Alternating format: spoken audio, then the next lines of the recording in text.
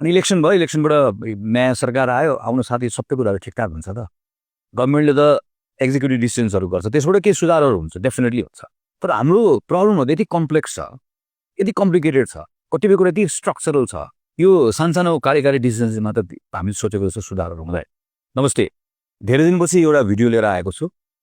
पहिले म भनिहालौँ, यो भिडियो अहिले मेरो पार्टीभित्र चलिरहेको यहाँको विवाद, यहाँको विषयको बारेमा होइन। तपाईँले अन्तिमसम्म हेर्नुभयो भने तपाईँलाई पक्कै पनि लाग्छ यो तपाईँको पनि इन्ट्रेस्टको विषय हो, मेरो पनि इन्ट्रेस्टको विषय लाग्छ। त्यसैले मेरो अनुरोध छ, अलिकति थोरै लामो होला तर यसलाई एकचोटि ध्यान दिएर सुनिदिनु होला भन्ने मेरो रिक्वेस्ट छ। पहिलो कुरा त आज नयाँ वर्षको पहिलो दिन तपाईँहरू सबैलाई शुभकामना छ। यो शुभकामना हामी सबैलाई, इलेक्सन अनाउन्स भएको छ, इलेक्सन फ्री फेयर होस्, हामी सबैले सहभागी गरी इलेक्सनलाई सफल बनाऊ, सबैलाई शुभकामना छ। बिचमा नयाँ ध्रुवीकरणहरू भएको छ, नयाँ दल पुरानो दल सबैले चुनावी माहौललाई मद्दत पुर्याएको छ र चुनाव हुने कुरालाई मद्दत पुर्याएको कुरा सबै पोजिटिभ छ, किनकि चुनावले हाम्रो कन्स्टिट्युसनलाई लिकमा लिएर आउँछ। तर यो इलेक्सन भन्दै गर्दा एउटा कुरा अर्को ध्यान दिनुपर्ने छ। इलेक्सन त 2084मा त्यसै पनि हुन्थ्यो, 2082मा आयो। इलेक्सन भयो, इलेक्सन भन्छ, कोही जित्छौँ, कोही हार्छौँ, कोही सरकार बन्छ, कोही सरकारभन्दा बाहिर बस्ने कुराहरू होला, यति मात्रै हो त।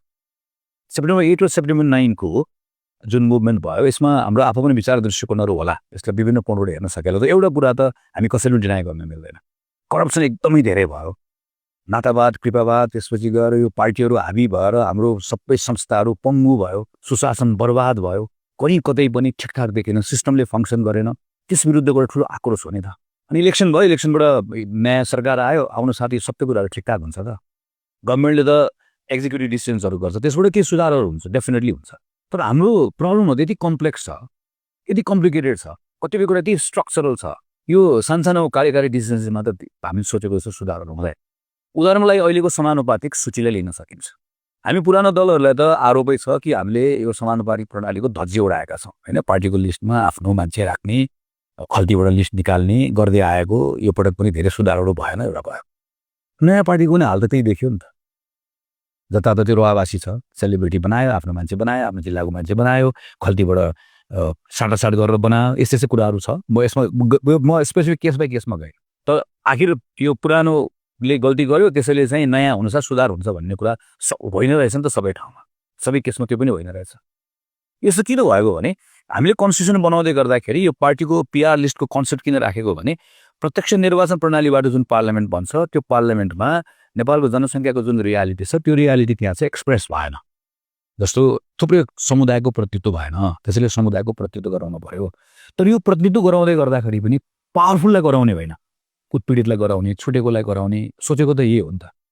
कन्स्टिट्युसनमा त्यही कुरा लेख्यो, तर कन्स्टिट्युसनमा ठ्याक्कै के गर्न पाइन्छ र के गर्न पाइँदैन लेखेको हुनाले गर्दा त्यो छिद्र जुन छ नि, पाल, त्यो पालबाट छिरेर हामीले के गर्ने भयो, यसको व्यापक मिसयुज गर्ने भयो। किनकि यो त हाम्रो नियतमा, हाम्रो विवेकमा छोडिदिएको जस्तो कुरा भयो। भनेपछि यो कुरालाई यत्तिकै छोडिदियो भने भोलि गएर नयाँ इलेक्सन भएर नयाँ गभर्मेन्ट आइसके पछाडि पनि सधैँभरि यस्तै भइराख्ने रहेछ नि त। यसको सुधार कसरी गर्ने हो त? जस्तो एउटा उपाय हुनसक्छ, कन्स्टिट्युसनल ब्यारियर। पार्टीको पिआर लिस्टमा कसलाई राख्न पाइँदैन भन्ने बारेमा हामीले कन्स्टिट्युसनमै तोकेर भन्यौँ। जस्तो एकपटक सांसद भइसकेको, एकपटक मन्त्री भइसकेको, राष्ट्रिय सभामा गइसकेको, योलाई बनाउन पाइँदैन। त्यो कन्स्टिट्युसनमा के गरेर राखेपछि त्यसको आधारमा कानुन बन्ने हो। जस्तो हामीले फिलिपिन्समै त्यहाँको अदालतले भनिसके पछाडि त्यहाँको पार्टी लमा रिफर्म गरेर त्यहाँ अहिले सीमान्तकृत र एकदम छुटेको समुदायको मात्र प्रतिनिधित्व हुनुपर्छ भनेर भनेको छ। हाम्रो पनि कोर्टले बोलेको छ, तर कन्स्टिट्युसनमा त्यो कुराको व्यवस्था नभएको हुनाले गर्दाखेरि कानुनमा त्यो कुरा रिफ्लेक्ट भएको छैन। हेर्नुहोस् त, अहिले पावरफुल नेताहरूले के गर्छौँ हामीहरूले भने आफ्नो निर्वाचन जित्नको लागि आफ्नो एउटा क्षेत्रबाट 5 जना 6 जना, जिल्लाबाट 10 जना 11 जना मान्छेहरू राखेको कुरा पुरानो नयाँ सबले गर्यौँ। किन भनेदेखि भने भूगोलको यो व्यवस्थाको प्रतिनिधित्व कसरी गराउने, जनसङ्ख्याको कसरी गराउने भन्ने बारेमा अघि भनेको जस्तै कन्स्टिट्युसनमा ठ्याक्कै ती कुराहरू परेन, जसले गर्दा कानुनमा पनि ती कुराहरू परेन।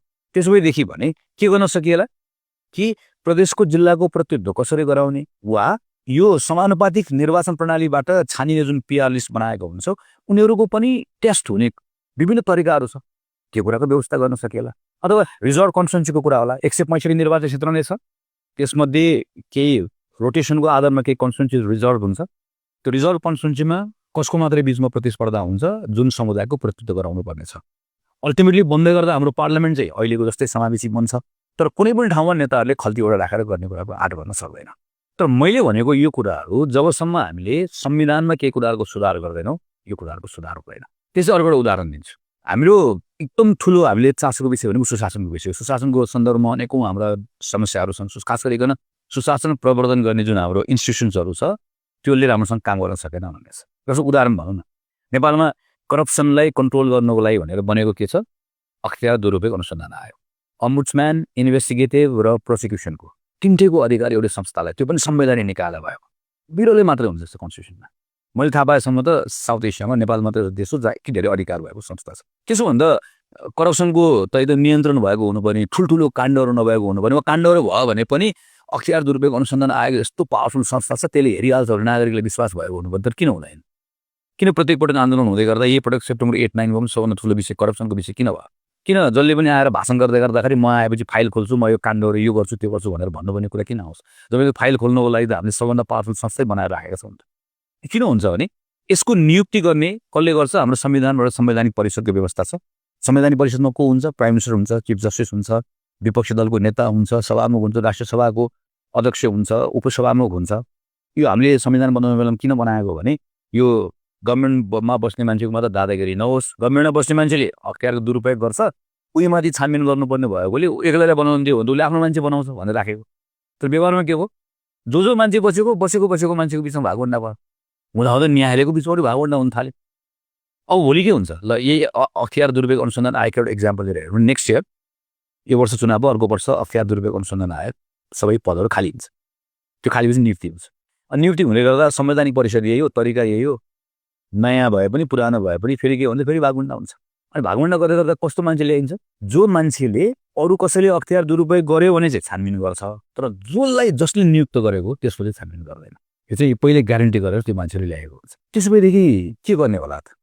कि त हामीले संवैधानिक परिषदको बनोट फेर्नुपर्ने होला, के भने संवैधानिक परिषदले अख्तियारको नियुक्ति गर्ने तरिका फेर्नुपर्ने होला, वा अख्तियार एक्जाम्पल भनेको अख्तियार भनेको यस्तो खालको संवैधानिक निकाय जस्तो साउथ अफ्रिकामा गर्छ। पहिले रोस्टर बनाएर नाम सार्वजनिक गरेर पब्लिक हियरिङ गराएर त्यसपछि गएर कसलाई बनाउन मिल्ने कसलाई बनाउन नमिल्ने भनेर भन्दै गर्दाखेरि त्यहाँ बसेको मान्छेले मात्र भागवण्डा गरेर गर्न नसक्ने अवस्थाहरू हुन्छ। यस्तो अरू पनि थुप्रै विषयहरू छ। जस्तो हामी कहिलेकाहीँ के भन्छौँ भने राजनीतिक दलभित्र एउटै नेता लगातार सभापति भएको भए अध्यक्ष भएको भए भनेर भन्छौँ। संसारको बिरलै मात्र कन्स्टिट्युसनमा पार्टीहरूको बारेमा लेखिएको हुन्छ, नेपालको पनि पार्टीहरूको बारेमा लेखिएको छ। अधिवेशन चाहिँ 5 वर्षभित्र हुनुपर्छ भनेर लेखेको छ, तर एउटा व्यक्ति 2 पटकभन्दा बढी चाहिँ सभापति अध्यक्ष हुन पाउँदैन भनेर लेखेको छैन। त्यति नलेख्नु छ, त्यो पालबाट छिरेर पार्टीले आफ्नो विधान चेन्ज गरेको गर्ने भयो। इलेक्सन सम्बन्धी कानुनमा पनि यस्ता धेरै थुप्रै कुराहरू छन्। यो सबै कुराहरू इलेक्सन बन्यो, इलेक्सनबाट एउटा कुनै नयाँ सरकार आयो वा कोही व्यक्ति प्रधानमन्त्री भयो, यसले हल हुने होइन। यसले ठुलो डिमान्ड, ठुलो रिफर्मको डिमान्ड गर्छ। किनकि विषयहरू नै कम्प्लेक्स छ नि, यो एकदम कम्प्लिकेटेड छ नि। जस्तो संविधान संशोधन गर्नु पर्यो भने भोलि लोअर हाउस प्रतिनिधि सभा छ, त्यहाँको सङ्ख्याले मात्र पुग्छ, राष्ट्रिय सभा चाहिएन। कतिपय कुरा संहितासँग रिलेटेड भएको विषयहरूको बारेमा गर्नको लागि प्रदेश सभाको सँगसँगै ल्याउनु परेन, लोकल गभर्मेन्टहरू छ।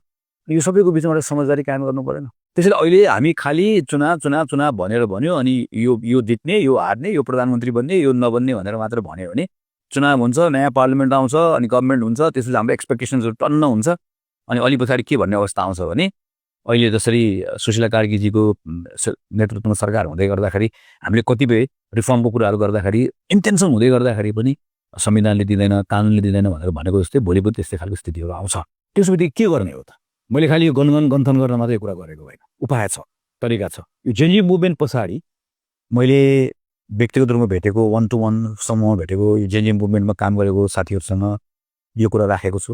केही समय अगाडि प्रधानमन्त्रीले बोलाउनु भएको सर्वदलीय बैठक जहाँ यो मुभमेन्टको युवा साथीहरू हुनुहुन्थ्यो, उहाँहरू भएको बैठकमा राखेको छु। नयाँ पार्टीको साथीहरूसँग राखेको छु, पुरानो पार्टीको साथीहरूसँग राखेको छु कि हाम्रो बिचमा एउटा चुनावभन्दा अगाडि नै एउटा समझदारी गर्न आवश्यक छ। 62-63को आन्दोलनभन्दा अगाडि ठ्याक्कै यस्तै अवस्था थियो। संसदको पुनर्स्थापनाको लागि हामी आन्दोलन गरिरहेका थियौँ, तर पार्टीहरूको बिचमा एउटा समझदारी भयो। यो संसद पुनर्स्थापित भइसकेपछि पुनर्स्थापित भएको संसदको पहिलो बैठकले एउटा घोषणा गर्नेछ, र त्यो घोषणा गरेर के गर्नेछ त भन्दा नेपालको डेमोक्रेसीलाई इन्क्लुसिभ बनाउनेछ, होइन? हामी समानुपातिक प्रतिनिधित्वलाई सुनिश्चित गर्नेछौँ। नेपालको बहुजातीय, बहुभाषिक, बहुधार्मिक, बहुसांस्कृतिक जुन नेपालको बनोट छ, ठ्याक्कै त्यसलाई मिल्ने खालको राज्यको हामी संरचना बनाउनेछौँ, लगायतका थुप्रै विषय।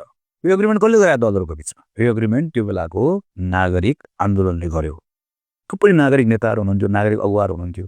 हामी दलहरूलाई बोलाउनु भयो, एक ठाउँ राख्नुभयो, नेसनल डायलग गराउनु भयो, र हाम्रो बिचमा समझदारी गराउनु। र समझदारी गराएपछि भोलिपल्ट हामी पार्लिमेन्टमा आइसकेपछि त्यसलाई हामीले पहिलो बैठकबाटै अनाउन्स हामीले स्वीकार गऱ्यौँ। र त्यही कुरा अहिलेको जुन कन्स्टिट्युसनमा जे कुरा छ भन्छौँ नि हामी, त्यो ठ्याक्कै पुनर्स्थापित भएको संसदको पहिलो बैठकले गरेको घोषणा, त्यो घोषणालाई क्यारी गरेर अन्तरिम संविधान बन्यो। त्यो अन्तरिम संविधानबाट आउँदै आउँदै गएर यो अहिलेको संविधानमा आएको सबै प्रोग्रेसिभ विषयहरू त्यहीँबाट आएको, यसरी बनेको। त्यसैले मैले त्यो बैठकमा पनि भने म अहिले कसलाई अपिल गर्न चाहिरहेको छु, खोजिरहेको छु भने म यस्तो नागरिक नेताहरू खोजिरहेको छु, नागरिक अगुवाहरू खोजिरहेको छु। पुरानो पुस्ताको नागरिक नेता, नागरिक अगुवाहरू हुनुहुन्छ, मेरो उहाँलाई पनि अनुरोध छ। नयाँ पुस्ताको साथीहरू पनि हुनुहुन्छ, थुप्रै नयाँ साथीहरू आउनुभएको छ। सबै पार्टीमा जाने त होइन होला, सबै चुनाव लड्ने पनि होइन होला। हामी पुरानो पार्टी, नयाँ पार्टी, हाम्रो बिचको प्रतिस्पर्धा यो एउटा पाटो हो। यसलाई छोड्दिउँ, यसले आफ्नो कोर्स लिन्छ। हामी लड्छौँ, जित्छौँ, हार्छौँ, आफ्नो पार्टीभित्र पार्टी एउटा पाटो। तर म कसलाई अपिल गर्न खोजिरहेको छु भने पार्टीहरूभन्दा बाहिर रहेर यो जसले यो सेप्टेम्बर 8 र 9 मा व्यक्त भएको गभर्नेन्सको सुधार गर्ने, करप्सन कन्ट्रोल गर्ने, रिफर्म भन्ने कुराहरूको मर्मलाई बोकिराख्नु भएको छ। उहाँ तपाईँहरूले खास गरी अलिकति मेहनत गरिदिनु पर्ने छ। यो बिचमा फरक पोलिटिकल पार्टीलाई एक ठाउँमा ल्याउने, राउन्ड टेबलमा लिएर आउने, नयाँलाई पुरानो हामी सबैलाई हामी एक ठाउँमा आउने। हाम्रो बिचमा पहिला 42-43 आन्दोलनको बेलामा गरेको जस्तै, आन्दोलनभन्दा अगाडि गरेको जस्तै एउटा समझदारी गर्ने। भोलि इलेक्सन पछि आउने पार्लियामेन्टले गभर्मेन्ट बनाउँछ, तर हामी जोसुकै पार्लियामेन्टमा आयो भने पनि हामी सबै पार्टीहरू मिलेर कम्तीमा पनि हामी यी विषयहरूमा सुधार गर्छौँ। कन्स्टिट्युसनका ठुल्ठुलो सुधारको कुराहरू हामी कहिलेकाहीँ शासकीय स्वरूप भन्छौँ, निर्वाचन प्रणाली ठुल्ठुलो कुराहरू छ। निर्वाचन प्रणाली भनेको ओभरअल कुराहरूको सन्दर्भ, त्यसमा हाम्रो आफ्नो मतहरू छन्, त्यसलाई छोडिदिउँ। तर करप्सन, गभर्नेन्स, यो विषयहरूको सन्दर्भमा गर्नुपर्ने संस्थागत सुधारहरूमा संविधानमा के कुराहरू बदल्ने हो, कानुनमा के कुराहरू बदल्ने हो, इन्स्टिट्युसनल रिफर्म के गर्ने हो, यो कुराहरूमा त हाम्रो बिचमा अन्डरस्ट्यान्डिङ गर्न सकिन्छ नि। यो बिचमा हाम्रो बिचमा समझदारी गर्न सकिन्छ। त्यसो भयो भने 82 को चुनाव पछाडि आउने पार्लियामेन्टले संविधान पनि संशोधन गर्छ, कानुन पनि संशोधन गर्छ, नयाँ कुराहरू बनाउँछ। अनि त्यसपछि बल्ल त्यो सेप्टेम्बर 8, सेप्टेम्बर 9 को त्यहाँभित्र दिएको सादातको पनि अर्थ हुन्छ। त भोलि जोसुकै आयो सरकार चल्यो भने सरकारले गर्ने राम्रो नराम्रो कामको एउटा पाटो भयो, तर कम्तीमा यी सुधारहरू त सुनिश्चित हुन्छ। त्यस कारणले गर्दा म यो भिडियोबाट सिटिजन मुभमेन्टमा लाग्नुभएको साथीहरूलाई अपिल गर्छु, र अरू साथीहरूलाई पनि यो एकतर्फी मैले भने यतिबाट तपाईँहरूको पनि कति आइडियाहरू होला। म एउटा कन्भर्सेसन सुरु गर्न चाहन्छु। तपाईँले तपाईँ पनि यो कन्भर्सेसनमा भाग लिन सक्नुहुन्छ। आउनुहोस् एकपल्ट छलफल गरौँ, बहस गरौँ। हाम्रो यो सानो स्केलमा पनि गरौँ, अलिकति ठुलो स्केलमा पनि एउटा नेसनल डायलग गरौँ, एउटा समझदारी गरौँ। चुनाव आफ्नो ठाउँमा हुँदै जान्छ, हामी प्रचार गर्दै जान्छौँ, आफ्नो मुद्दाहरू भन्दै जान्छौँ, यतापट्टि हाम्रो बिचमा यो छलफल बहस पनि गर्दै गरेर एउटा समझदारी गरौँ। यही आग्रह गर्नको लागि म यो भिडियो लिएर आएको हुँ। म यस्ता सुधारका विषयहरू अरू के हुन सक्छन्, कुन मुद्दामा हाम्रो बिचमा यसरी सार्वजनिक छलफल हुनुपर्छ भन्ने मेरो अरू पनि केही विषयहरू मलाई लागिरहेको छ। यी विषयहरूमा पनि म फेरि एउटा सिरिजमा अरू भिडियोहरू बनाएर तपाईँहरूको बिचमा आउँछु। कम्तीमा आज मैले आफ्नो भिडियो टिमाउने बेलामा फेरिबाट तपाईँहरू सबैलाई नयाँ वर्षको शुभकामना भन्दै मेरो एउटा अनुरोध छ, इलेक्सनलाई सफल बनाऊ, फ्री फेयर इलेक्सन। सबैजना इलेक्सनको पाटोमा पनि लागौँ। गभर्मेन्ट लागेको छ, हामी सबै लागेका छौँ, यसको एउटा पाटो। तर इलेक्सन पछि आउने पार्लियामेन्टले गर्ने रेगुलर काम, गभर्मेन्ट बनाउने, गभर्मेन्टले गर्ने रेगुलर काम भन्दा बाहेकको ठुलो व्यापक रिफर्म गर्ने कुराहरूको सन्दर्भमा भने संविधानमा के कुरा बदल्नु पर्ने छ, कानुनमा के कुरा बदल्नु पर्ने छ, इन्स्टिट्युसनमा बदल्नु पर्ने छ, त्यो कुराको बारेमा भने एउटा नेसनल डायलग, नेसनल लेभलको एग्रिमेन्ट, एउटा कन्सेन्सस हाम्रो बिचमा बनाउने कुरामा अब ढिलो नगरौँ। यो कुरामा यो पटक हामी चुक्नुहुन्न। चुकेनौँ भने जति साथीहरू, युवा साथीहरूले आफ्नो जीवन गुमाउनु भएको छ, त्यो परिवारको सदस्यलाई त्यस पछाडि कम्तीमा एउटा कुरामा चित्त बुझ्छ, मेरो परिवारको सदस्यले गरेको शहादतबाट यो सुधार त भयो नि, यो सुधार त्यो मुभमेन्ट नभएको हुँदैन नि भन्ने कुरामा एक ठाउँ कहीँ न कहीँ चित्त बुझ्ने ठाउँ छ। यति गरौँ। हस्, धन्यवाद। जय नेपाल।